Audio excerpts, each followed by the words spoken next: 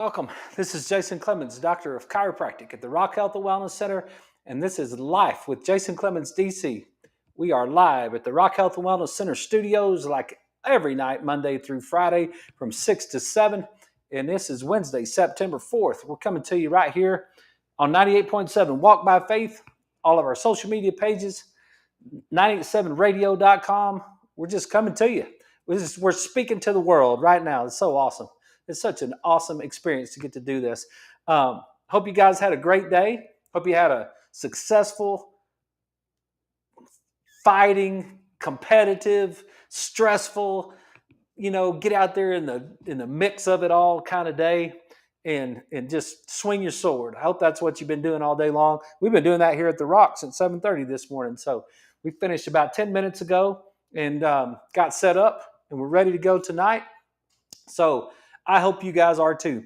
Last night, we kind of introduced our people from Littlefield that we got started on our show and kind of caught them up on some of my history of why we had this show, how we got to do this show, what, the origins of how it all came about. And I didn't hear from Victor, so so I guess we're still doing it today. So yeah, we're gonna stay with it. So, but if you guys want to know a little bit about why we do the Rock Health and Wellness Center show called Life with Jason Clemmons, DC, that's what it's all about. And you guys wonder, why do I have to say that every time? Why can't I just say Dr. Jason Clemmons?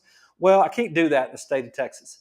The state of Texas, the Texas, my board of examiners and the Texas Medical Association don't get along all that great. And so those guys have been fussing for about the last 50, 60 years or something like that, however long chiropractic had a license in Texas. I don't remember exactly, 1923, I guess, maybe 100 years.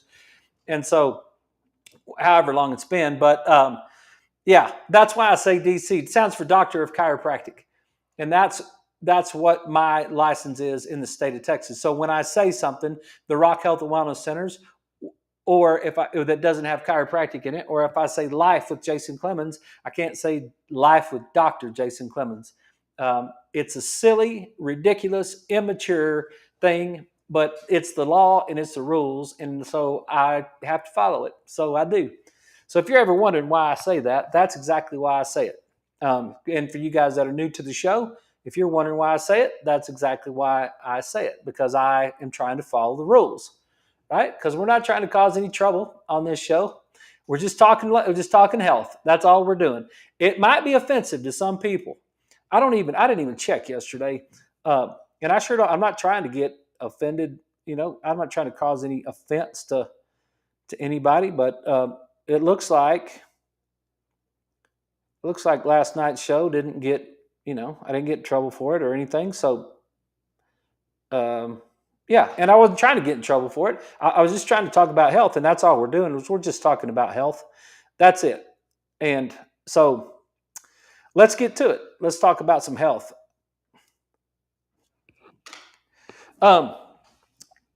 Some first thing I want to do is talk about thoughts, because we saw a lot of people today, and themes tend to go through the day. It's kind of interesting how it works. It's you see a group of people, and it's just kind of a theme that goes through the day, and I don't know why that happens. There's just kind of a theme that goes through the week sometime. It's just like more than one person, more than several people in a day will say something to you, and it's like, that's interesting. That's kind of interesting. I wonder what's going on out there. Started the day off with congestion. I got a lot of congestion this morning. First thing, 7:30, we started with patients, and people were coming in 2 or 3 in a row. Let's just like, I'm all congested. I got sinus trouble, and I'm all stopped up and everything. So first thing that came to my mind, first thing I asked the very first patient I adjusted today, actually, you've been eating some sugar? You've been increasing your sugar? And it was really interesting because of the way that he answered that question. He said, no, just normal stuff and lasagna soup and something else. And I'm like, what's lasagna soup? And lasagna soup's got noodles in it, and noodles are refined carbohydrates, and refined carbohydrates is what I'm talking about when I'm talking about sugar, right? maybe I should be really specific about that. Sugar, there's lots of research that says sugar, refined carbohydrates, sugar, there's lots of different kinds of sugar, but refined carbohydrate sugar decreases immune system function. Too much of it decreases immune system function. So if you want your immune system to get weak right now, then increase your sugar. So you don't want your immune system to get weak. You want your immune system to be strong right now, right? So you want to make sure that you're that you're getting you're eliminating those things. So I had oatmeal for breakfast, put a little brown sugar in there. Then I had some tacos for lunch. Got some taco shells, and then here we go. That were refined. You don't get what does that what does that mean? Well, you don't have any taco shells in a field anywhere. You can't go out to the country and find a taco shell field and pick a taco shell. It's a refined carbohydrate. It's corn ground up with all a bunch of other stuff. It's gone to a factory, it's made into a taco shell, and now it's refined carbohydrate. So you got another refined carbohydrate. You had some brown sugar for breakfast, you had a taco for lunch, you had some leftover soup for supper, which has got some refined carbohydrates in it. There you go. You've got multiple levels of refined carbohydrates. That changes the gut microbiome. It decreases if you got too much of that stuff. And if you add things like refined fructose, you're in any form or fashion, in your juices or in your sodas or in your alcohol, all three of those things, they're going to end up, that will cause you to have increased inflammation. And then here we go. So first thing is, are we eating too much sugar? Did we just come off of Labor Day? Did we have an extra day off? Did we spend too much time, eating processed foods? And if we did, we probably feeling it today. Because what's Wednesday? It's 2 days after our holiday, and we're probably feeling it, right? So that's the number one thing. Number two thing is, how about that vitamin D? You're still taking that vitamin D, right? You're still on to that vitamin D, and that's something that just don't forget about. Don't forget about that. Don't forget about your fish oil, keeping your inflammation down. We're going to get into some of that stuff, some nutrition stuff tonight, because I want to share that with you so that you get a better understanding of it. And so that's kind of what we're going to do. But those are the two things that I thought of this morning. That just right off the bat, probably out of the first 5 or 10 people that we adjusted this morning, it was just like, okay, man, we're dealing with some sinus issues. Got to take our vitamin C. When I get sick like that, I'll take about 2,000 milligrams of vitamin C every 3 to 4 hours. So I'll end up with whatever, if in a 16-hour day, if you take it every 2 hours, then you're taking 2,000 milligrams every 8 times. So you end up with 16,000 milligrams of vitamin C during that day. That's the way that if I start to feel something coming on that, and I want to really hit it with that vitamin C, that's the way that I'm going to take it based on my understanding of vitamin C. Don't think because you just took 2,000 milligrams of vitamin C this morning that you're finished. When you need to superload that stuff, that's one way that you can do it. So not telling you how to treat your problems. I'm just telling you things that are there to try to help you be healthier, right? So those are the things. Make sure you get your rest. Those are things that we got going on this week. And get your sleep. That's enough. Get your sleep. And just understand your body's fighting off some stuff. Give it the things that it needs to fight it off, and then move on down the road, right? That was the first one. The second thing that the theme that kind of came up again, and we've had multiple shows on it, so I'm not going to get deep into it with you guys, is lumbar flexion. Lumbar flexion pushes on the disc. You guys would, if you really want to, and it's so cool because that's part of what we're going to talk about tonight. But I just saw recently Dr. Huberman interviewed Stu McGill. And for you guys that don't know Stu McGill, he's a physical therapist from Canada that is one of the top guys on the entire planet about low back pain. I mean, he's done more research and understands the disc and the function of the low back as much as anybody. There's guys in our profession named, one of them specifically named Dr. Cox, that's super smart when it comes to all that stuff. But Stu McGill is one of those other guys. And Andrew Huberman interviewed Stu McGill, and they talked about stuff, and which is cool. I'm glad they talked about it. I'm glad a lot of people watched it. I'm glad the information got out so that information could be shared with everybody. But that's stuff we've been talking about for about 20 years in the chiropractic profession in my office. That's how long I've had a license. That's how long they took. It was old news back 20 years ago. But one of the things is flexion. I'm not going to spend the whole show. I just want to quickly just hit it. Flexion of the lumbar spine. What does it mean? What does it mean for flexion? Put your hand on your chest with your thumb. Make a five. Keep your hand flat. Put your thumb on your chest. Put your other thumb on your belly button. Okay, so now your hands will be parallel. So your hands are parallel. What you do not want to happen with your lumbar spine is you do not want your hands to come together. You don't want your hands to close together. If you got one thumb on your chest, on your sternum, and one thumb on your belly button, and your hands are parallel, when you bend at the waist, you should hinge at the hip joint. The hip joint is where your leg bone, your femur, attaches to your hips, your pelvis. It's where your femur attaches to your pelvis. Your femur is going to come up. It's going to attach to your pelvis, and that's where the hinge position should be. Your knee, your ankle, and your hip joint, not your lumbar spine. As I'm sitting here, right here on this stool, I'm having to constantly correct. Myself. If I'm going to lean forward, I've got to lean forward at the hip joint. I want to make sure that I'm moving forward at the hip joint, not leaving my hips where they are and coming forward at my lumbar spine. Because coming forward at your lumbar spine is going to put pressure on the anterior aspect of the disc, the front of the disc. The front of the disc. And when you press the front of the disc, it pushes on the nucleus towards the back.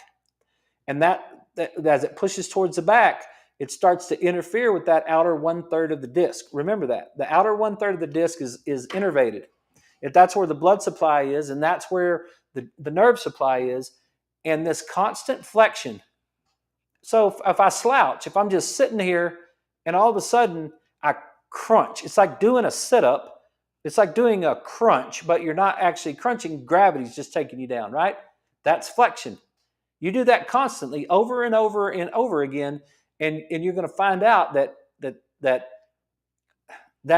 that's a way that you can hurt yourself. There's three ways on a graph. And let me share it with you. There's three ways, and it's been quite some time since we talked about this one. So I think this one might be handy for you.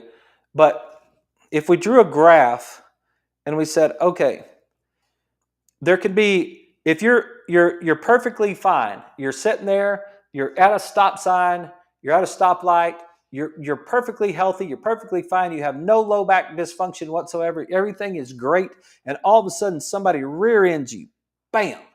You just have this really quick, high intensity, bam, moment. You're carrying a couch, you've got one end, your friend's got the other end, and all of a sudden your friend drops that into the couch. Whoa, man, you weren't expecting that, right? It's a quick, heavy, boom motion that can get you. That is one way that you can injure a disc. Okay, this all comes from Stu McGill. So that's one way you can injure a disc. The next way you can injure a disc is to decrease the intensity, drop that intensity level down, but repeat it over and over again. And it's like, man, boom, it gets me right there. Okay? That is one way that you can do that. And what would be an example of that? An example of that would be like moving a whole lot of boxes, or something that's not so heavy, but you're gonna move it from one side of the garage to the other side of the garage. So are you going to move it from one side of the room to the other side of the room? So I'm gonna pick it up. I'm gonna take it over there. I'm gonna set it on the floor. I'm gonna walk back over here. I'm gonna get another load. I'm gonna take it over there. I'm gonna set it on the floor. It sounds like doing laundry or something, right? Like if you got a bunch of laundry sitting in your room and you separate out all the colors, and you're going to go pick up one load of laundry and take it in there, and then come back and do another load of laundry. Just repetitive, lower intensity motion, that but with flexion of the lumbar spine, right? Not proper lifting technique. Proper lifting technique, you can do that all day long. You'll never hurt yourself. But flexion, I leaned over, and even though I didn't pick up something super heavy, I did it repetitively throughout the day. And then the last one is something that's really low intensity, but it just is constant. And that'll get you too. So I always think about it as if I was bent over, like cleaning the baseboards of this building, because we got baseboards all the way around this 4,200 square feet of this building, or whatever it is. So if I had a towel or something, and I was going to clean the baseboards, and I was going to go all the way around the building, and I was just bent over, and I was wiping the baseboards, and then I just moved and I wiped the baseboards, and then I just moved and I wiped the baseboards, and I did that all around. I'm not lifting anything, and I'm not coming back up and going back down and coming back up and going back down. I'm just staying bent over, but I'm in flexion, and that's going to get me. And another thing is like sitting. If you're sitting right now, if you're driving and you're sitting in the truck, and all of a sudden you realize, man, my abs are crunched, I'm in flexion. Or you're sitting at work all day long. That's what the reason I'm bringing this up is because that's what one of my patients just talked to me about. And she said, so it's that sitting at work, right? That does. She said to me, man, there's a couple times I've bent forward and I just feel like my whole back is about to go out. And I said, hey, look, you should consider that as a warning shot. Like that needs to be paid attention to right there. Because one thing that your brain does, remember this, your brain won't let you put yourself into a position that you can't stabilize. I'll say it again. Your brain won't let you put yourself into a position that you can't stabilize. So if that disc is, if you've been bending forward on that disc and bending forward on that disc over and over and over throughout the day, and you're just like, it's like milking it, basically. You're just like milking that, just pushing that disc backward. Like you run out of toothpaste, and you roll up the bottom of that toothpaste tube, and you're trying to get all that toothpaste out that you can, and you're just rolling it up from the bottom, and you're pushing all that toothpaste up. That's kind of what happens with that nucleus. It just pushes backwards and pushes backwards. Well, if it starts to push backwards and it gets to the outer 1/3, the outside 1/3 of the disc. What does that mean? Outer 1/3. The crust area of a pizza, the top of a thick crust pizza, that top outer shell of that pizza. I know none of you guys eat that stuff, but back in the day when you used to eat pizza, right? That outer shell has that crust on it. Just imagine that's where the nerves are. And all that pepperoni and all that stuff in the middle, that tomato paste or whatever's in a pizza, is starting to ooze back towards the crust, because you're pushing down in the middle of it and you're pushing it all back towards the crust. As soon as that tomato paste hits the crust of that pizza, then you feel it. I know it's a bad example. I'm sorry for using a bad example like that, because who even knows what I'm talking about, right? Nobody eats pizza. Come on. That's old stuff. So, slow movement. So she told me, she said, so it's just, she said, when I bend forward, all of a sudden I feel it. And it feels like my back's about to go out. And I'm like, okay. And then she said, and I said, well, look, and I immediately got serious with her. I need to get myself a marble. I never have one when I'm thinking about it, but if you were to set a marble on top of that, if you were to set, so on a spine model, if I've got a pin sitting on that spine model right there, And I want that pin to roll to the back, but I don't want it to roll off. I just want it to roll just a little bit to the back. It's probably going to roll off because that's a lot. Yep. See, that's too much. I just want it to barely come back just a little bit. That's all I want to do. If I had a drop of water on top of that vertebra and I could just bring that disc, that vertebra backward just a little bit, I want to pick up on it and I want to get on the back edge. And I want to pick up on it and I just want to get on the back edge of it just a little bit. I don't want to lean back too far. I just want to lean back just a little bit to push that nucleus back to the middle. So and then that's when she said the sentence, oh, so it's sitting at a desk all day long, isn't it? And I'm like, no, it's improperly sitting at a desk all day long. If you're sitting at a desk and you've got your abs tight and you've got your abs locked and you're hinging from your hip joint, you're not going to have that problem at all. So don't worry about it's not the desk, it's the posture. Which goes back. This was part of the movement conversation, but it goes back to another. It was a great question. It was a great conversation I was having today because it's so hard to transition your thinking, especially if you've been getting adjusted for a long time. It's hard to transition your thinking from mechanics to neurology. We want to think about mechanics all the time, but we don't want to think about we don't it's not that we don't want to think about neurology, it's that it's not common to think about neurology. It's common to think about mechanics. It's like well, because I don't understand the neurology part of it. And so what causes flexion? Low brain, low frontal lobe activity, right? Turn off your frontal lobe, increase your flexors. That's an old person.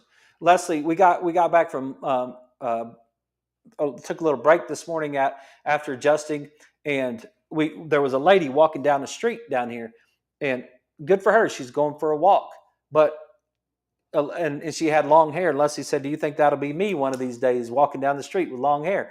And I said, "Well, I hope so, but I hope you don't have that forward head posture that lady was walking with." And she was walking down the street, and her head was really forward. And no one's talked to her about why and what and how do you fix that and what's happening. But forward head posture like that, you got to think brain first. Got to think brain first. It's like how do I fix the mechanics? Fix the brain. Work on the brain. Turn on the brain. Get the brain functioning. Get the brain moving. That's a way that you'll get the movement stuff done. So flexion is not just in the lumbar spine. Flexion is also at the pec muscle. Flexion is also at the elbow. Flexion is also at the wrist. That's internal rotation of the shoulder. Flexion is also at the SCMs, which has now got my head pulled forward. That's that total flexion. And then below the waist, you're going to get it on your hamstrings. Your knees are going to have a hard time straightening out. Your calves are going to be tight. Your plantar fascia is going to hurt if all that stuff is too tight, right? So movement. That was another one that I had. And then the great conversation that I had with a new patient that just got restarted back with us. I used to take care of him back when he was in college. He's graduated. He's got a job now, and he does a lot of super cool things with his health. He does a lot of things with his kids. He's super healthy with his kids. He and his wife are all about it, and they're trying to do a lot of super healthy things. So it was a great conversation that we had together today about the idea of wellness care being congruent with wellness eating and wellness fitness and wellness sleeping and wellness social life and wellness spiritual life and all those things together, right? And he tries to be as organic as he can. He does really well with his kids. They don't drink Cokes. They don't eat sugar. They're like 2 and 4 or something like that. He and his wife are serious about trying to make sure that their kids have great nutrition, keeps them off their iPads, All that stuff is great, right? Like, I mean, impressive young kid, 25-year-old, two kids, um, college educated kid, he and his wife, super impressive kid. And so it was so easy to have a conversation about chiropractic care from a wellness standpoint. It was the conversation about mechanics, even though it was a great conversation and I enjoyed it. It was a harder conversation to have because of the age of the person that I was um, of having that conversation with, because they were locked into they've been locked into a way of thinking for such a long period of time that I'm challenging it just a little bit. I'm not trying to be confrontational with them. I'm just challenging that way of thinking just a little bit to say, look, let's start with the brain. Let's work it that way first, and let's start with the brain, and then um, we'll do that. But I didn't have to do that with the young guy, and so I said, hey, why do you eat organic food, and why don't you let your kids drink Cokes? And and I said, and I said, why don't you just let them drink Cokes until they have a health problem, and then stop drinking Cokes? And he was like, I see what you did there. And that's the difference. That's the thinking there is pain management chiropractic versus wellness chiropractic. So we got a break coming up.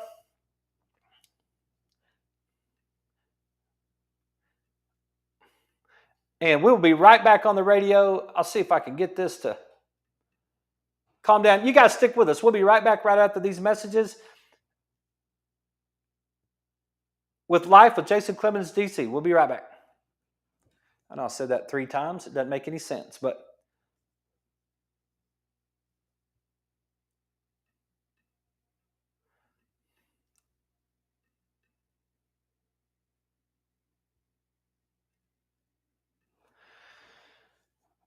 yeah, sorry about that. Let me hang on. I dropped my pen.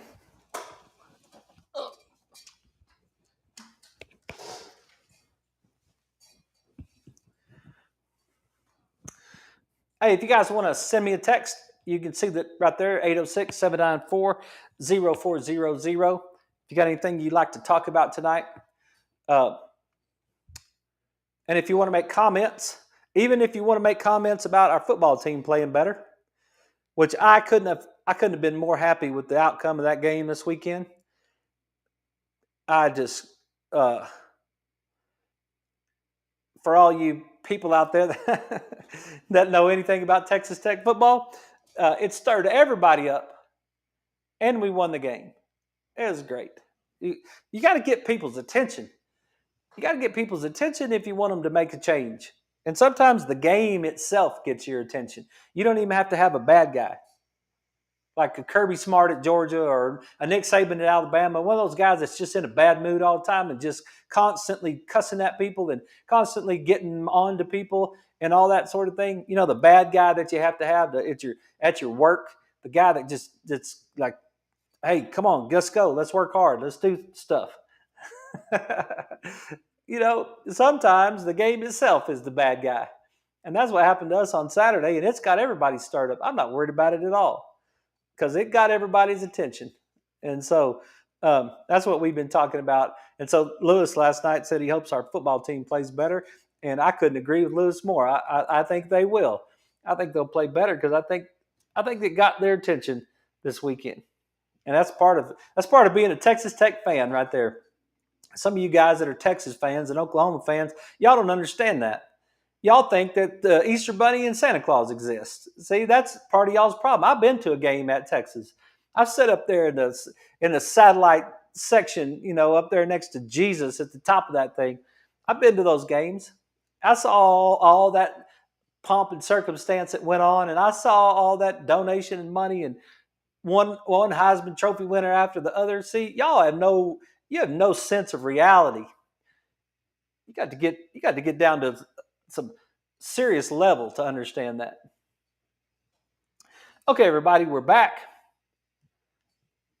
I think we're back. This is Life with Jason Clemmons, DC.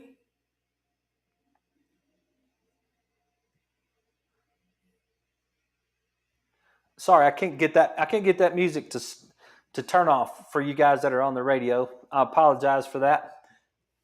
Hang on.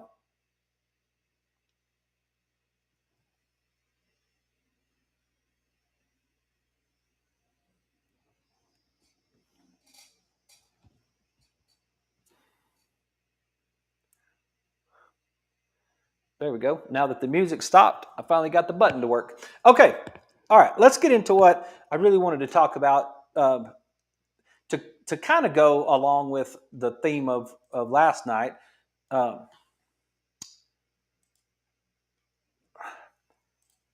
I was watching YouTube like everybody else does, and some of you guys do, or X or something. I don't know. I saw. No, it was my brother. My brother sent me a text. He sent me a text, and it was about Casey Means having a conversation with Tucker Carlson. Casey Means was a Stanford-educated surgeon, and her brother Callie Means was a lobbyist for pharma and for the food industry. And they both quit their jobs in horror when they realized how many people. This is just coming off of the.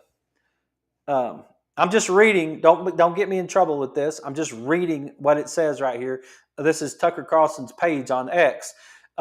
They both quit their jobs in horror when they realized how many people were being killed by the systems they participated in. This is an amazing story.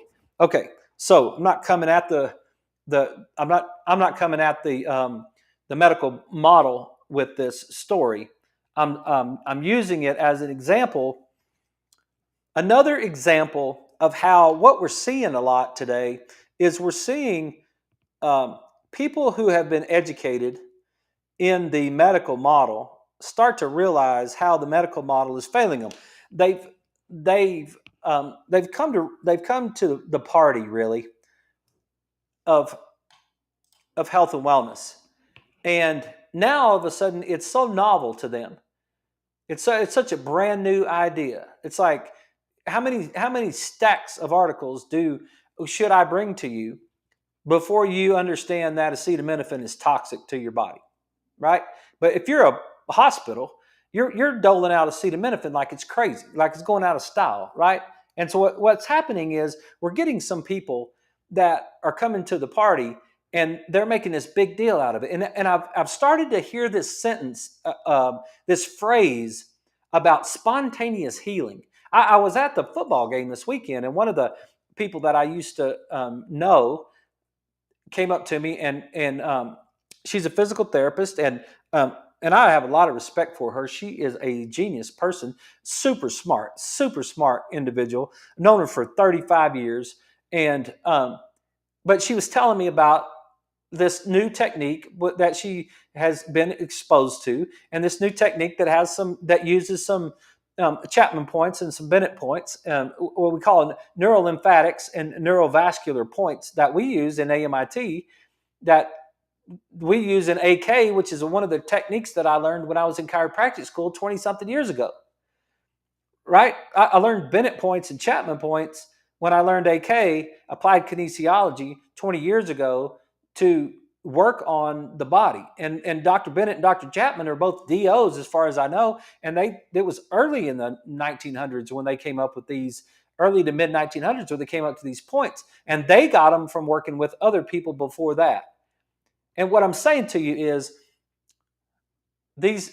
one of the sentences that the phrase that she used again, which is now the third time that I've heard it, is spontaneous healing. She said, I've never seen such spontaneous healing before. And it's a little bit like the Field of Dreams moment when, the girl falls off of the bleachers and she chokes on the hot dog, and, we've talked about this before. The brother's standing there and he's saying, Ray, you got to sell the farm. They're gonna foreclose on the farm, Ray. And then Kevin Costner and his wife and James Earl Jones, they're all sitting there and they're watching the baseball game. If you guys never seen Field of Dreams, you just should watch Field of Dreams just for this scene right here. But he's sitting there, and the brother can't see the game, but the other people they're watching the game, and so the brother's like, "You got to sell the farm." And then all of a sudden, the little girl falls off the bleachers. She chokes on the hot dog, and then old Moonlight Graham comes walking off of the field. Yeah, it's a great scene. It's like, dude, he's got one at bat, and then he's his whole dream to be in the major leagues, and then he had to come off the field, and he said this poor girl's choking, and he just slaps her on the back a few times, knocks that hot dog out of her throat, and then all of a sudden the brother saw the game.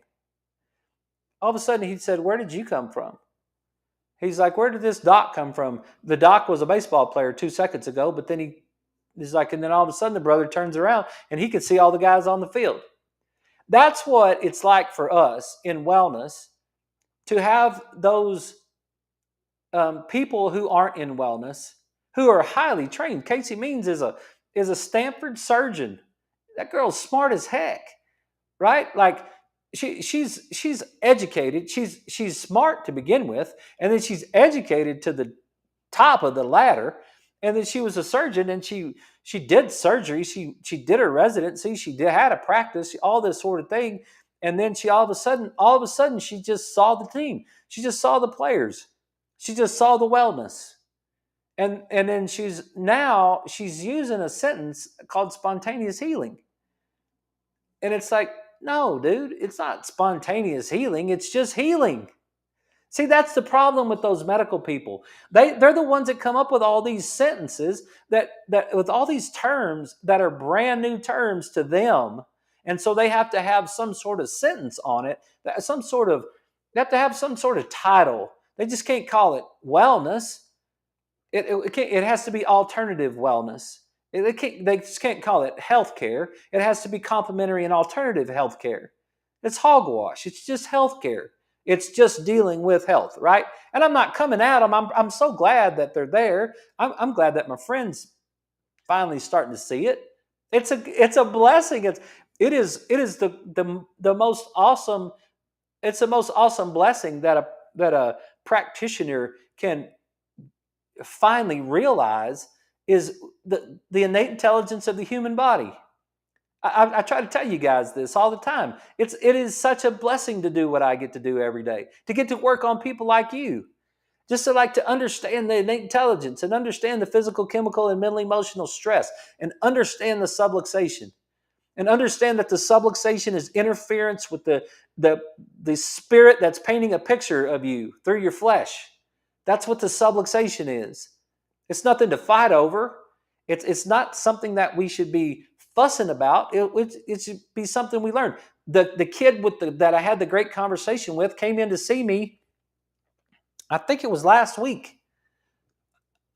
This week is messed up with the holiday, and I can't remember which day, but I'm pretty sure he came to see me on Friday, and he had numbness down his right arm on Friday. It's like he said, it's coming from my neck, and it's coming down the top of my shoulder, and it's coming down my arm. And we did some cervical. We adjusted him. Yes, we adjusted him, and we worked on his brain, and we did some cervical tractioning, long axis tractioning. I put him on some circular tractioning first, and I said, "Are you feeling any of that into your arm?" He said, "No, but I'm feeling a little bit of a catch right there in my neck." I said, "Okay, let's set you up." So I set him up. I took him back into the other room where we have some long axis tractioning, and long axis means we're going to pull long ways with the spine. And we set him up in that, and we took some pressure off of his neck. So what happened? Remember this disc? Remember this disc that's been in flexion, and the flexion's pushing on the nucleus, and the nucleus is getting on the back edge of that thing, and now we've got some sort of nerve root involvement. What did we do? We decompressed it. We picked up on the vertebra. What happened? What does decompression mean? Decompression means creating negative pressure inside the disc. We created negative pressure. Positive pressure pushes things away, right? Positive pressure pushes. If you increase the pressure on your tire, increase the pressure inside a balloon, blow up a balloon, right? blow up a balloon and increase the pressure inside the balloon. The balloon will expand, right? Now, decrease the pressure inside the balloon. Create a negative pressure. Go from 10 to 9 to 8 to 7 to 6. Go down. What happens to the balloon? The balloon starts to shrink, right? The balloon starts to shrink. Well, that's what's happening with the disc. If you take the pressure off of the disc, it creates a negative pressure and it sucks the nucleus back to the middle of the disc and gets the nucleus away from the outside 1/3, and it quits that bulge thing going on. So what do? We put him on decompression. Not a spinal decompression table. We have one of those, but we didn't need to go that advanced on him on the first day. All we needed to do is just take a little weight off his head. So we took a little weight off his head. He came back to see me today, and what did he report? He reported, I haven't had any pain in my arm since I left last week. But I'm not too sure if it's not just because I've been sitting up straighter at work. It was super cute the way he said it. And I was like, it doesn't matter. It doesn't matter if it was the decompression or it was sitting up and straight at work. But let me show you how that works. Once we start to educate you about the biomechanics and the neurology that's going on in your spine, you start to bring it to your conscious awareness and you start to pay attention to it. And when you start to pay attention to it, which there's 5 types of attention, 4 of them on the right brain, 1 of them on the left brain, all of a sudden it becomes something that you pay attention to and you bring that into your reality. Like, that's what our reality is. Our reality is what we pay attention to, which is the way that we determine to sit up straight, right? If I know about what's going on with this disc in my lumbar spine, and I know that I don't need to be slouching, then I know I need to keep my lumbar spine locked so that I don't go into flexion. I don't want to go into flexion. So I got to keep it locked. I know that because I'm educated. And now that I'm educated, it comes to the front of mind awareness, which is where I pay attention to it. And when I pay attention to it, I now change my behavior because I bring it into my reality and I get better. And that's what he said. He said, I've been sitting up straighter. Amen, brother. That's what you're supposed to be doing. And it took the pressure off the nerve, which stopped the pain going down the arm, which is what we call a subluxation. The subluxation is the pressure on the nervous system. It's not spontaneous healing. I mean, it kind of is, but I mean, we don't need to call it that. It's just, dude, you put yourself in an environment that was incongruent with health, and then you put yourself in an environment that's congruent with health, and all of a sudden your body expressed health. That's what they're calling it. So when you hear it, don't be surprised by it.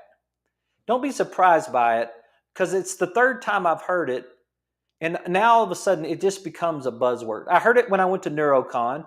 That Harvard professor that wrote the book, and he nice guy, super nice guy, seemed like a really good dude, like spontaneous healing. Then Casey Means talked about spontaneous healing. Then my physical therapist this weekend that I saw at the football game talked about spontaneous healing. And I'm like, all right, here we go. This is a buzzword that you're going to get from the people who are new to the party, which is, I don't have any problem with them being at the party. I'm glad they're at the party. The more people we can get healthy, the more we can raise this entire thing up. I'm all about it. I mean, it's going to help. It's going to help that Huberman is interviewing McGill. Stu, that's great. I probably gave 3 people the Big 3, the McGill Big 3 video today. I sent, that's one of the girls that I talked about with that. The McGill Big 3. Just look it up. Just go to YouTube and just look up the McGill Big 3. McGill. Just the McGill Big 3. You can do the Big 3 walkthrough. Yeah, core strengthening, McGill Big 3 exercises right there. It's fabulous. There's just 3 things. Basically, there's a crunch, There's a bird dog and there's a plank, a side plank.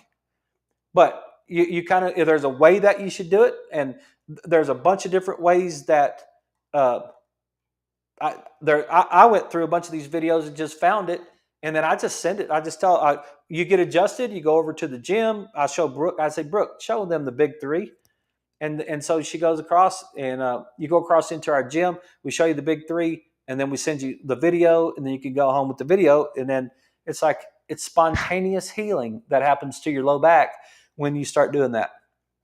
But let's talk about, because I don't want to get off into this. I'm not trying to be facetious, and I'm not trying to be smart aleck in any way. I'm saying, hey, listen, this stuff's been going on for a long time. I'm glad they're at the party. Now come on in and learn about what's going on in wellness. Okay. And you guys that are listening to the show, you're at the party and you're already working on your wellness, right? So fantastic. Good job. Like you're way ahead of the posse, as Coach Dykes used to say. But let's talk about one of the early things that I learned. Where is it?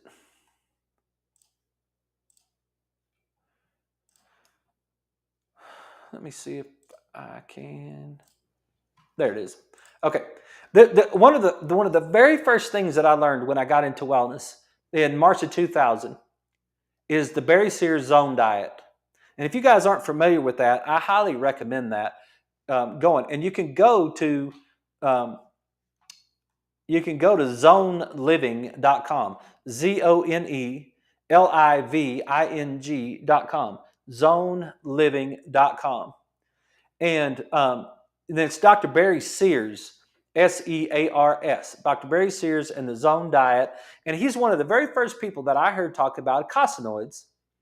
And the eicosanoids are little smoke signals that one cell uses to talk to another cell. Remember this. We've talked about this. This is our second year. We've spent a whole year talking about wellness.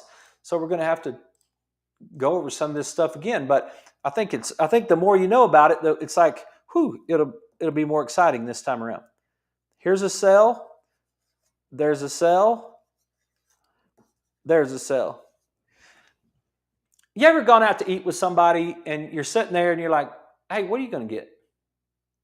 You're looking at the menu and you're with your wife or you're with your family or, your whatever, your brothers, your mom, dad, whoever, your friends, and you're like, so what are you guys hungry for? What are y'all going to get? And you're looking at the menu and then you ask them across the table what they're going to get. Now, why does that matter? It matters because it's just the way we do things.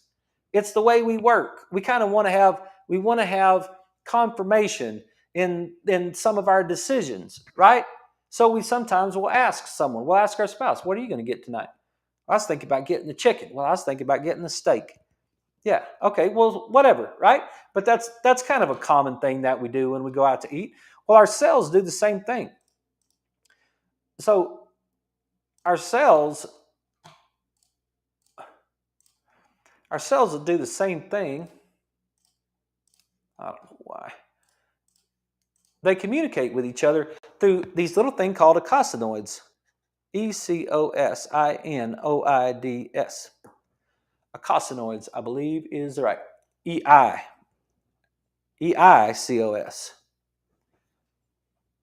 AN. Can't even spell it. Doesn't matter. Eicosanoids, I know what it is. Eicosanoids. All right? Eicosanoids are one cell asking the other cell, hey, what do you got over there?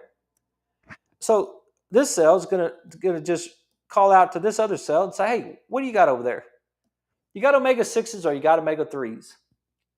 And that's this cell over here is going to say, well, let me check. I got a bunch of omega-6s. I got a bunch of arachidonic acid. Okay? I got a bunch of arachidonic acid. What do you got? Well, I got a bunch of arachidonic acid over here. That's kind of why I was asking. What did you get down here? Well, I got a bunch of arachidonic acid too. Okay, good. But let's create inflammation. That's what that means. That means, all right, let's put out inflammation. Put out inflammatory markers, all of us. Let's just all get together. Hey, you know what? I think I'm going to have the steak too. You have the steak, I have the steak. Let's all get the filet. What the heck? Let's just celebrate tonight and let's all just have a filet. That's what an icosanoid is. An icosanoid is a little smoke signal. It's a little chemical signal. It's a little, what is it actually, according to the true definition? Icosanoids are or lipid-based signaling molecules that play a unique role in innate immune response. Yeah, it plays a unique role in a lot of stuff. Okay, but they only last. My understanding is they last for a very short period of time, like 9 seconds, something like that. So you can't really test them very well. That's what I understood 24 years ago when I first heard about this. But if we have a bunch of omega-6 fatty acids and we have a bunch of arachidonic acid, then we're going to tend to make more inflammatory icosanoids, which means we're going to put out more inflammatory chemicals. We're going to make more inflammation in our body. And if we have more inflammation in our body and the weather changes, remember the show from last week? And the weather changes, what are we going to get? We're going to get joint pain. How many of you guys around Lubbock? We had a front move through here, all over Texas. I don't know if it was all over the nation, but it was all over West Texas. We had a front move through here, and we had rain for the last 3 or 4 days. It was great, beautiful, lots of rain. Some places 7 inches. It was great. I think. But I think it was good. I don't know. I'm not a farmer, so I'm not exactly sure, but I think it was good. And what I have today, joint pain. I had a guy come in today. Man, my elbows, my wrist hurt. I'm like, yep, you should go back to last Friday's show and listen to that joint pain show that we talked about inflammation, right? Because we have an increased amount of icosanoids. We have an increased amount of omega-6 fatty acids, which leads us to an inflammatory environment. Okay? Now, if we have an excess of omega-3 fatty acids, if we have an abundance, not an excess, if we have an abundance of omega-3 fatty acids, the icosanoids change. Now, we're not inflammatory, we're anti-inflammatory. We're decreasing our inflammation because we're increasing our omega-3 fatty acids. That's what Dr. Sears taught me. That's what Dr. Sears taught me 24 years ago. He was the first one that started in on this omega-6 3 ratio thing for me 24 years ago. So if you want to learn something about it, go to the zoneliving.com, and just read about it. There's all kinds of stuff. The diet, what is the zone? It's all about insulin resistance and omega-3 fatty acids. using metabolic engineering to reach the zone. The 3 dietary components of metabolic engineering are, number 1, zone diet to reduce insulin resistance.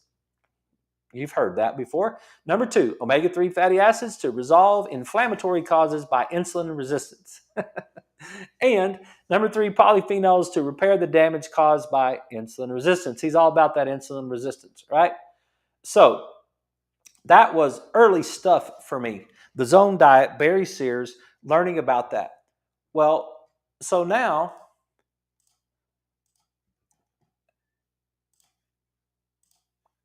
I just want to show you this graph. I want to show you this little pathway right here, because this is the way it happens inside the body, is the way when we eat these things, okay?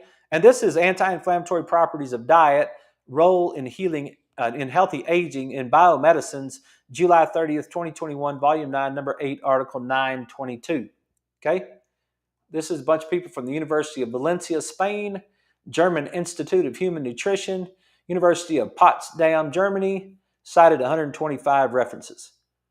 So, yeah, arachidonic acid, when we eat too much of it, when we create too much of it, it goes through the process and becomes an inflammatory marker. Too much omega-6s, too much corn tortillas from that taco meat that we had yesterday. Okay, not the taco meat, the taco shell. From the taco shell, too many omega-6s right there, okay? It goes to a pro-inflammatory marker. And then, well, if we eat omega-3s, which has EPA in it, we get the anti-inflammatory marker, right?